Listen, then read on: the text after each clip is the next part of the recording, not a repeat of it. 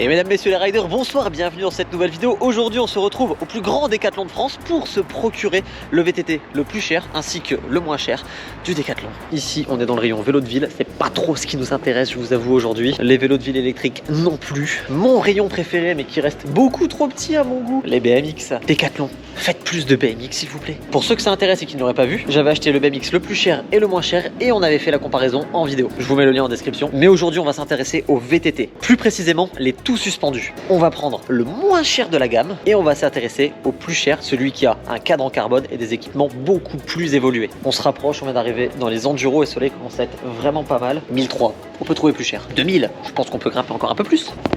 Et je crois qu'on a trouvé ce qui nous intéresse. Maintenant on va fouiller pour vraiment avoir le moins cher. Celui-ci vraiment pas cher, mais c'est pas un tout suspendu. Ça y est, j'ai trouvé ce que je cherche. Je pense qu'on va prendre celui-ci. Ça fait un moment maintenant qu'on teste des produits Décathlon. On a fait les BMX, les trottinettes avec Antoine, mais là on a atteint quand même un sacré niveau. Ça y est, j'ai ramené les deux vélos à la maison, mais juste avant de vous les montrer, j'ai sorti un tout nouveau modèle de gants sur mon site internet. Mais c'est un modèle bien différent des autres et voici pourquoi. On est dans un monde où les prix ne font qu'augmenter. À croire que plus le temps passe et moins on peut se faire plaisir. Mais j'essaye d'inverser la tendance en vous proposant l'essentiel, mon nouveau modèle de gants qui est le moins cher de mon site internet. Et pour diminuer son prix, j'ai décidé de ne garder que l'essentiel. On a supprimé les dessins sur la paume de la main. L'option au bout des doigts qui les rendait tactiles a disparu. Et je me suis même occupé de faire tout le design du gant moi-même, ce qui les rend encore moins cher parce que j'ai pas eu à payer de designer pour les faire. Un design noir et blanc, pas d'extravagance pour que ça corresponde au maximum de personnes. Évidemment, c'est pas parce qu'on a enlevé le superflu que ça les rend moins bien. On a toujours un gant qui est aussi confortable et solide et qui saura vous accompagner dans de nombreux sports comme le BMX, le VTT, la moto, la trottinette et tout guidon en général quoi. Vous pouvez retrouver cette paire sur mon site internet, le lien est dans la description, vous connaissez. Maintenant, on va passer à nos petits vélos Décathlon.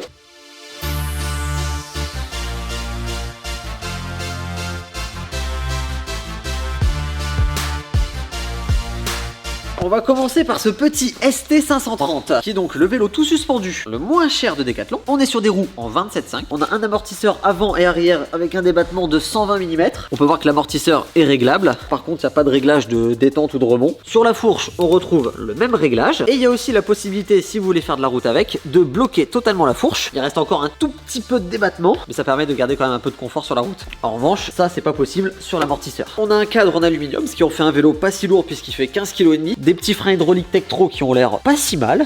Il y a un peu de mordant, c'est pas mal. Monoplateau, 9 vitesses. On va maintenant passer au Fil 900S et wow, mais qu'est-ce qu'il est léger. Alors il me semble qu'ils annoncent 13 kg pour ce vélo. Premièrement, on a ce cadre en carbone avec sa géométrie qui se veut polyvalente pour s'adapter à tout type de terrain. Un amortisseur RockShox, 130 mm de débattement. Bien évidemment avec la possibilité de le bloquer. Les petits réglages qui vont bien. Juste ici, tu dévisses pour venir insérer ta pompe haute pression et faire le réglage adapté à ton poids. Une paire de roues Mavic Transmax. Des bons gros pneus en 240 qui sont montés en tubeless. Tubeless, ça permet vraiment de mettre les pneus en basse pression pour qu'ils viennent plus s'écraser dans les appuis afin d'avoir une meilleure adhérence sans jamais risquer de pincer la chambre à air parce que il y en a pas. Si tu passes d'un sentier tranquille pour arriver dans une partie un peu plus freestyle ou l'inverse, tu as la possibilité de instantanément remonter ta selle ou avec ton propre poids de la baisser. La fourche RockShox, ici tu dévisses pareil pour venir insérer ta petite pompe haute pression. Que dire d'autre sur ce vélo? Il a une gueule sympa, la petite peinture grise qui tire un petit peu au violet quand on regarde de près, tu vois il y a des petits reflets qui sont bien sympas. Transmission monoplateau avec 12 vitesses. Tu vois que c'est pas un vélo qui va être fait que pour descendre et sauter, il a l'air d'être aussi là pour grimper. Mais après tout, les caractéristiques techniques de ces vélos, est-ce qu'on s'en taperait pas un petit peu? Nous, ce qu'on veut voir, c'est s'ils sont vraiment efficaces sur le terrain. On va donc les tester dans un maximum de conditions. Sur la route, en forêt, dans un pump track, sur des sauts ou en descente, et même pourquoi pas dans un lieu totalement pas adapté à ce genre de vélo, un skatepark. Peut-être même qu'on essaiera des backflips avec. Bien arrivé sur le lieu où on va réaliser le premier test, un petit pump track, histoire de tester la maniabilité des deux vélos. On commence tout de suite avec le moins cher. On va voir comment ça se débrouille sur les petites vagues de cette piste sinueuse.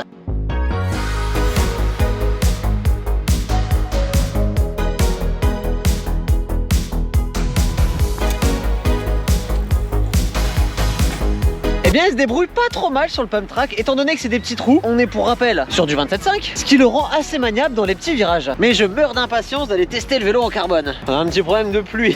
On n'a pas encore testé le deuxième vélo que... Mais c'est de la pluie, ça neige un peu là.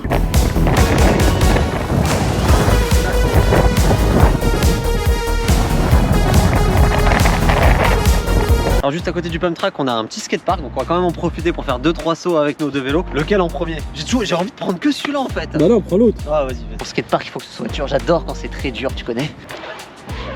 Oh, j'ai l'impression que ce vélo ne se prête pas trop au saut quand même. Malgré qu'ils soient peut-être pas taillés pour les sauts, tu vois, les suspensions font taf, ça ne talonne pas. Ah, déjà sur un skatepark, on va baisser la selle au maximum. Eh mec, t'es tout petit sur le vélo. Ça fait bizarre, un nain comme moi sur un vélo aussi grand. Mais tu vois, malgré qu'on soit sur un vélo plus grand, je le sens 10 fois plus maniable que l'autre. Il a une géométrie qui se prête vraiment au saut. Oh,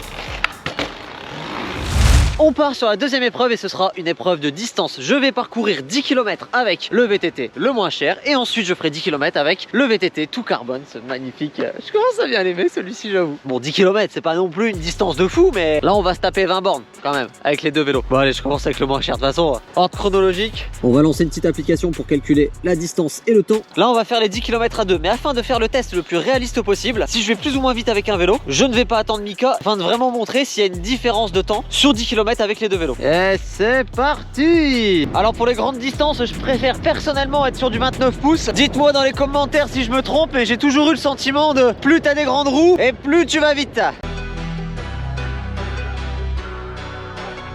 Les 10 premiers kilomètres sont terminés, on a mis exactement, je vous affiche ça à l'écran, 31 minutes pour faire les 10 km. Alors s'il vous plaît, pour les professionnels de la sortie VTT, ne jugez pas mon score, je suis totalement amateur dans la discipline. Moi, à part faire des cabrioles sur un skatepark, mes compétences sont relativement restreintes. Par contre, on a perdu le collègue là, je sais pas où il est. Je suis curieux pour ceux qui font des sorties vélo, partagez-moi vos scores dans les commentaires. Comme ça me permettra d'avoir un point de comparaison parce que je sais pas du tout si ce que je viens de faire là, 10 km en 30 minutes, c'est bien ou si c'est complètement claqué. Oh, le retour en contre-jour, il va être fatal. Allez, maintenant on fait ça avec notre vélo en carbone. Alors je suis pas convaincu que ce soit le meilleur vélo pour cette épreuve, étant donné que, tombe pas toi, on a des beaucoup plus gros pneus qui sont plus adaptés aux chemins un peu plus accidentés et non à la route, parce que là on peut se considérer sur la route hein, quand même, c'est relativement lisse. On va voir comment il se débrouille sur cette épreuve. C'est parti, 10 km.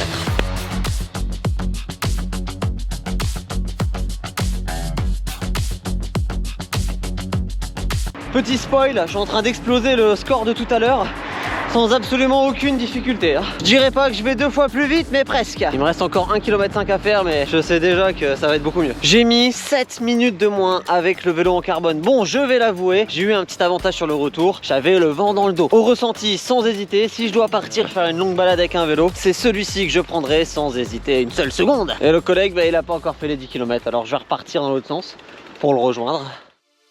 C'est parti pour le test suivant. Alors là on se retrouve dans la forêt, on est venu sur une piste assez polyvalente puisque tu vois de la descente et des petits sauts. On prend notre petit ST530, on va essayer d'aller faire quelques sauts avec. C'est quoi qui te fait peur en vrai? Tu vois, c'est pas des suspensions qui sont vraiment faites pour encaisser des gros chocs. Et donc j'ai peur de rater un saut et de me prendre une secousse phénoménale, tu vois. Oh là là là là. Bon, déjà j'ai loupé la trajectoire, ça commence super bien. Allez, c'est reparti, on va essayer d'en enchaîner au moins 2. Ok. Alors à la fin de la ligne, il y a un plus gros saut. Oh! Eh bah écoute, ça fait le taf. Étonnamment surpris d'avoir réussi à sauter cette petite ligne avec ça. Je m'attendais à galérer à sauter avec. Je ne galère pas. Par contre, en revanche, tu sens que c'est un vélo qui va pas non plus te pardonner beaucoup d'erreurs, quoi. Faudrait pas raccrocher, atterrir à côté de la bosse. Maintenant, je meurs d'envie de passer sur le carbone.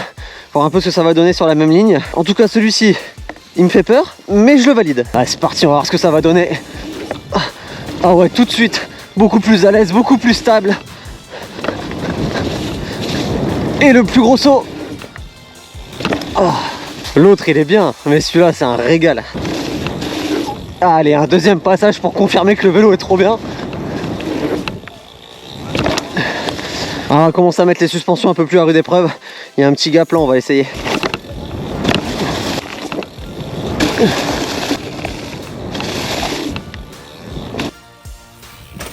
En gap ça se débrouille bien, en saut droit ça se débrouille bien. Là on vient de faire les premiers sauts en hip de côté et franchement très à l'aise aussi, facile de l'emmener. J'avais un peu peur du 29 pouces parce que avec les grandes roues c'est toujours un peu moins maniable, beaucoup plus stable mais un peu moins maniable. Et là la géométrie du 4 fait que t'en fais ce que tu veux du vélo. Bon, on va maintenant s'essayer sur une petite piste de descente parce qu'après tout ce vélo est bien aussi fait pour ça.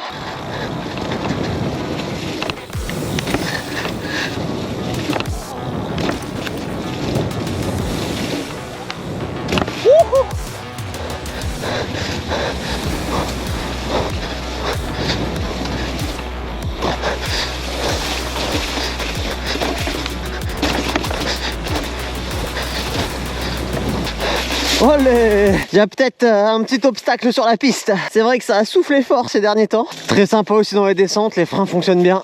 Il y a du grip, malgré qu'en ce moment il fait que de pleuvoir. Je sais pas chez vous c'est quoi la météo, mais chez nous ça fait au moins 3 semaines qu'il pleut tous les jours. Le terrain est super gras, mais malgré ça t'as des pneus qui se gorgent pas plein de terre.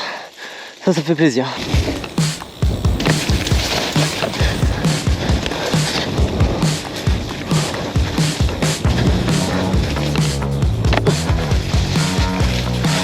Olé!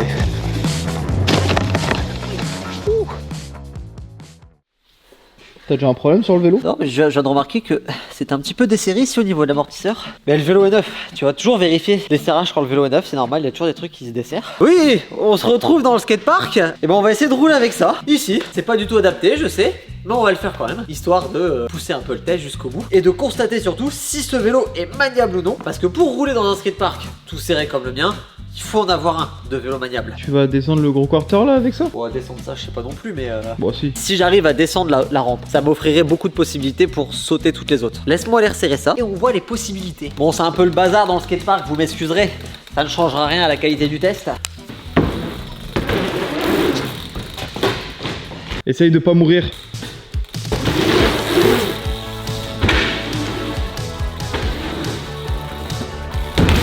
Très maniable ce vélo, je commence à vraiment beaucoup l'apprécier. Je vais essayer de passer cette rampe sur laquelle on se trouve, mais pour ça, il va falloir aller prendre un maximum de hauteur sur celle qui est derrière. Et c'est pas évident avec un grand vélo comme ça.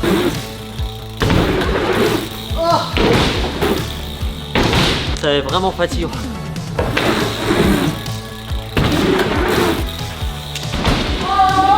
Après j'ai repédalé pour y arriver. Mais c'est passé. Monter en manual ici et à atterrir dans la rampe derrière.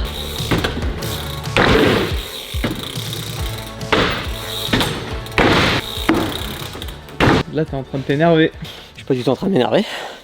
Qu'est-ce qui te fait dire que je suis en train de m'énerver? Arrête de me filmer proche comme ça, je suis m'énerver.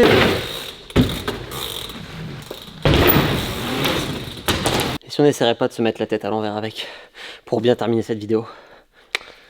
Allez, dernier test pour ces vélos, on a sorti l'airbag. Alors comme vous pouvez voir, on l'a pas mis au même endroit que d'habitude parce que là où on le mettait avant sur le terrain, bah c'est tout boueux. Donc afin de pas le salir, on l'a posé là. Comme je vous l'ai dit, le but ça va être d'essayer backflip avec le vélo en carbone, peut-être avec l'autre aussi. Ah, faut bien tester les deux. Ouais, Charlotte, Bonsoir, oui. Comment allez-vous? Dis-moi, je me permets de t'appeler, t'es un peu le pro du backflip en VTT. Je sais en faire, oui. Pourquoi? Est-ce que tu peux me donner des conseils? Parce que là, je m'apprête à essayer mon premier backflip en VTT. Donc, arrête, t'es où? Bah, je suis sur un airbag avec un vélo Décathlon. Putain, lourd. Si tu tires au dernier moment, t'as gonflé les suspensions au max? Ouais, je les ai bien gonflées au max, ouais. Super important, ne tire pas ton flip trop tôt. Dès que tu sors du kit, tes suspensions t'éjectent et là, tu mets le coup de cul. Avant que Philippe se tue, je vous invite à, j'allais dire, vous abonner à sa chaîne YouTube, mais de toute manière, comme il ne peut plus sortir de vidéo, je crois que c'est pas très utile, mais ma chaîne, elle est cool ma chaîne. Ouais, t'inquiète, je compte pas mourir aujourd'hui. Attends, une dernière chose. Sache qu'avant tout, je t'aimais quand même. Mais ça me fait plaisir qu'il y ait un concurrent en moins sur YouTube. Si je peux aider les copains, tu comprends. Vas-y, merci pour les conseils. Hein. Je sais pas par quel vélo commencer, je vous avoue que depuis le début, je suis quand même beaucoup plus à l'aise et je pense que c'est normal avec le vélo en carbone. C'est mon premier backflip en VTT, j'ai jamais fait ça. Je suis un grand habitué du BMX, vous savez. Donc là, j'ai un petit peu la pression. Alors, de peur d'abîmer mon beau vélo en carbone, je vais peut-être faire un premier test avec celui-là quand même.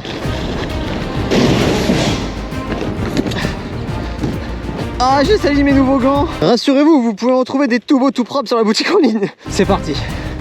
Premier test de backflip en VTT avec le moins cher de Décathlon. Ça part.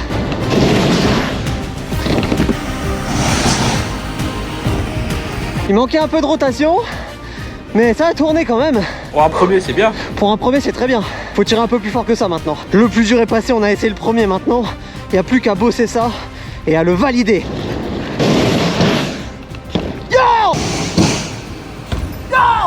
Faut tirer beaucoup plus fort qu'en BMX, ça c'est un truc de ouf. Vous savez qu'avec le vélo le moins cher de Décathlon, vous pouvez faire des backflips. J'ai un double stress. Celui d'abîmer ma propre personne, bien évidemment, ça va de soi. Mais je pense que vous l'avez compris, depuis le début de la vidéo, je commence vraiment à kiffer ce vélo en carbone. Je m'attendais pas à l'apprécier autant. Et là, ça me ferait vraiment chier de le lâcher, parce que c'est ce qui arrive souvent en backflip. Tu lâches ton vélo, il s'en va, et il peut atterrir malencontreusement sur le macadam, et il pourrait se casser. Mais ça, j'ai pas envie. Donc on va y arriver direct. Allez, faut se dire que depuis le début de cette vidéo, je l'ai bien pris en main. Y a pas de raison, ça devrait y aller.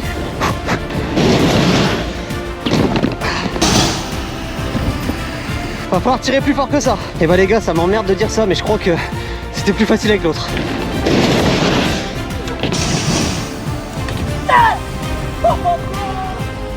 Allez!